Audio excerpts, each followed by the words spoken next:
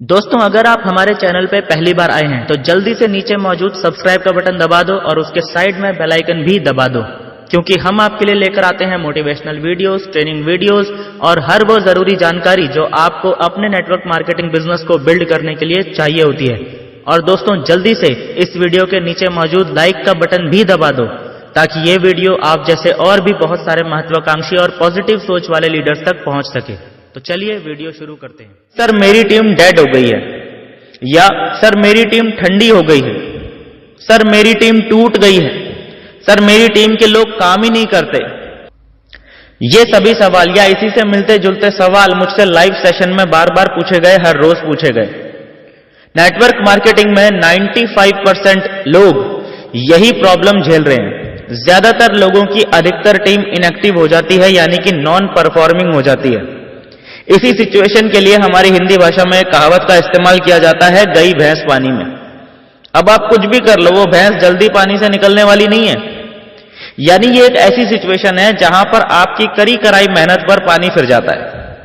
सो हमारी team inactive या non performing क्यों हो जाती है, इसके कुछ बेसिक रीजंस मैं आपसे अभी इस वीडियो में शेयर करूंगा, और साथ ही साथ मैं आपको इस वीडियो में एक ठोस और 100% वर्किंग टेक्निक बताऊंगा, जिससे कि आप अपनी टीम को इनएक्टिव होने से आसानी से रोक पाएंगे।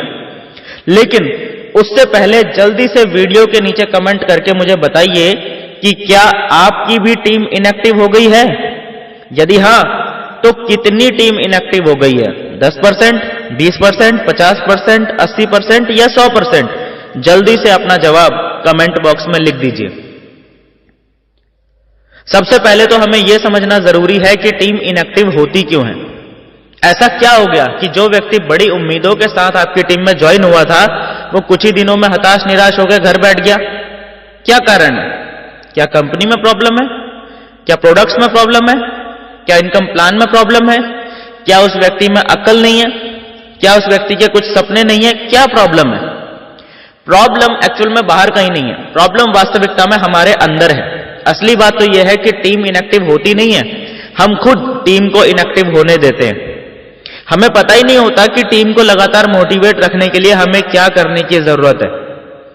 आपको सबसे पहले यह पॉइंट अपनी डायरी में नोट करना होगा कि जिस तरह से भैंस खुद दूध नहीं देती, भैंस का दूध निकालना पड़ता है, ठीक उसी तरह से आपकी टीम भी अपने आप काम नहीं करती, टीम से काम करवाना पड़ता है। और टीम सिर्फ उन्हीं लोगों की काम नहीं कर रही होती जिन्हें टीम से काम करवाना नहीं आता है। सो वो एक चीज जो आपको सीखने की जरूरत है इस प्रॉब्लम से बाहर आने के लिए, वो यही है कि आपको टीम से काम करवाने का सही तरीका सीखना है। सो इसी जवाब से एक नया सवाल खड़ा होता है कि टीम से काम करवाने का सही तरीका क्या है। अगर ये पता चल जाए तो इसे हम अच्छे से ग्राउंड में इंप्लीमेंट कर लेंगे तो प्रॉब्लम सॉल्व। इसी सॉल्यूशन के बारे में मैं आपको इस वीडियो में डिटेल में बताने वाला हूं, लेकिन उससे पहले यदि अभी तक आपने इस वीडियो के नीचे लाइक का बटन नहीं दबाया है तो कृपया दबा दीजिए, ताकि ये जरूरी इंफॉर्मेशन आप ही के जैसे और भी महत्वाकांक्षी लीडर्स तक पहुंच सके। Thank you. चलिए आगे बढ़ते हैं इस वीडियो में। एक्चुअली टीम बनाना और टीम से काम करवाना, ये नेटवर्क मार्केटिंग बिजनेस के दो अलग अलग पहलू हैं। या अगर मैं ये कहूं कि आपका पूरा नेटवर्क मार्केटिंग करियर इन्हीं दो भागों में बटा हुआ है, तो यह बात भी पूरी तरह से सही है।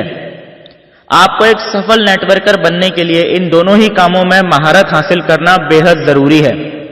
जब हम बात करते हैं टीम बनाने की, तो टीम बनाने के लिए हमें कुछ बेसिक काम सीखने पड़ते हैं और करने पड़ते हैं। ये बेसिक काम होते हैं list making, invitation, show the plan, edification, follow up, testimony और क्लोजिंग। टीम बनाने की प्रोसेस में ये सभी काम महत्वपूर्ण हैं, बट जब टीम बन जाती है उसके बाद हमें कुछ और महत्वपूर्ण काम करने बेहद जरूरी हैं, ताकि इतनी मेहनत करके आपने ये जो टीम क्रिएट की है वो इनएक्टिव ना हो जाए।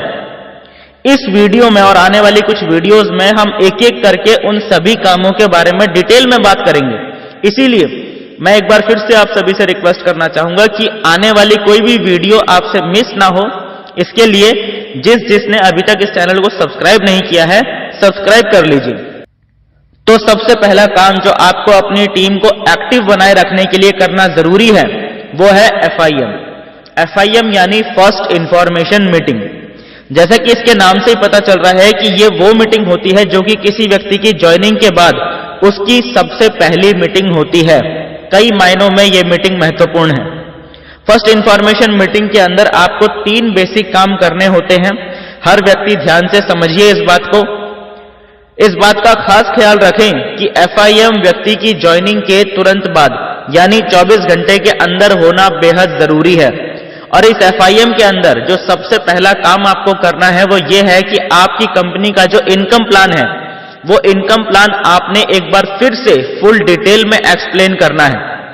आप पहले कर चुके हैं, मुझे पता है। आप पहले हो सकता है 2 बार 3 बार भी प्लान एक्सप्लेन कर चुके हैं, ये भी मुझे पता है।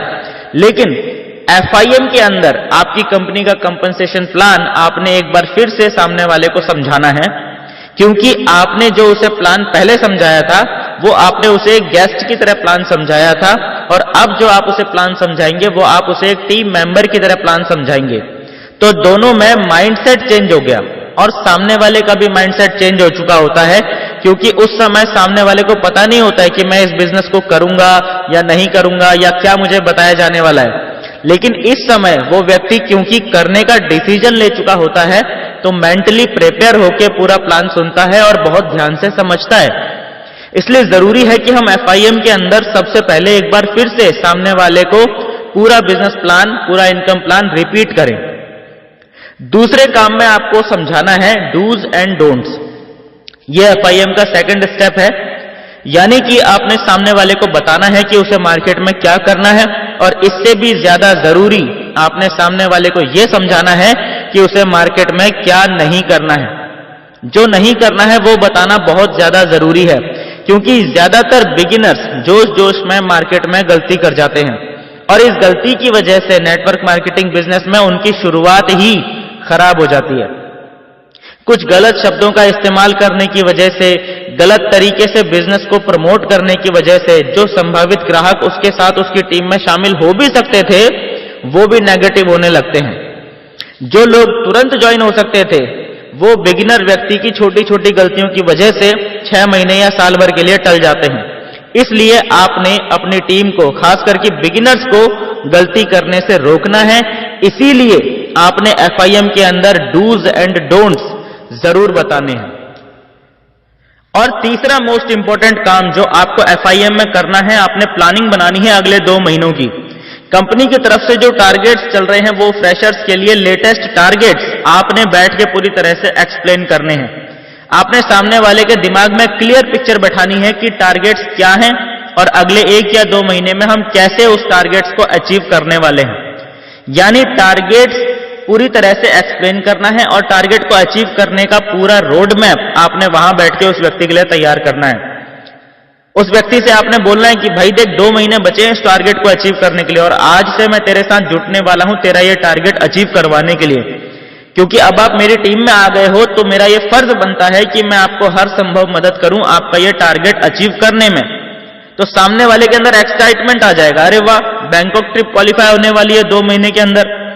और फिर एक्चुअल में आपने ईमानदारी के साथ जुटना है उस व्यक्ति को बैंकॉक ट्रिप क्वालिफाई करवाने के लिए, थाईलैंड ट्रिप क्वालिफाई करवाने के लिए, या जो भी आपकी कंपनी में टारगेट चल रहा है, बाइक का टारगेट चल रहा है, लैपटॉप का टारगेट चल रहा है कंपनी की तरफ से, वो टारगेट जो बेसिक टारगेट्स आते हैं कंपनी की तरफ से फ्रेशर्स के लिए, उन टारगेट्स की बैठ के आपने पूरी प्लानिंग बनवानी है FIM के अंदर।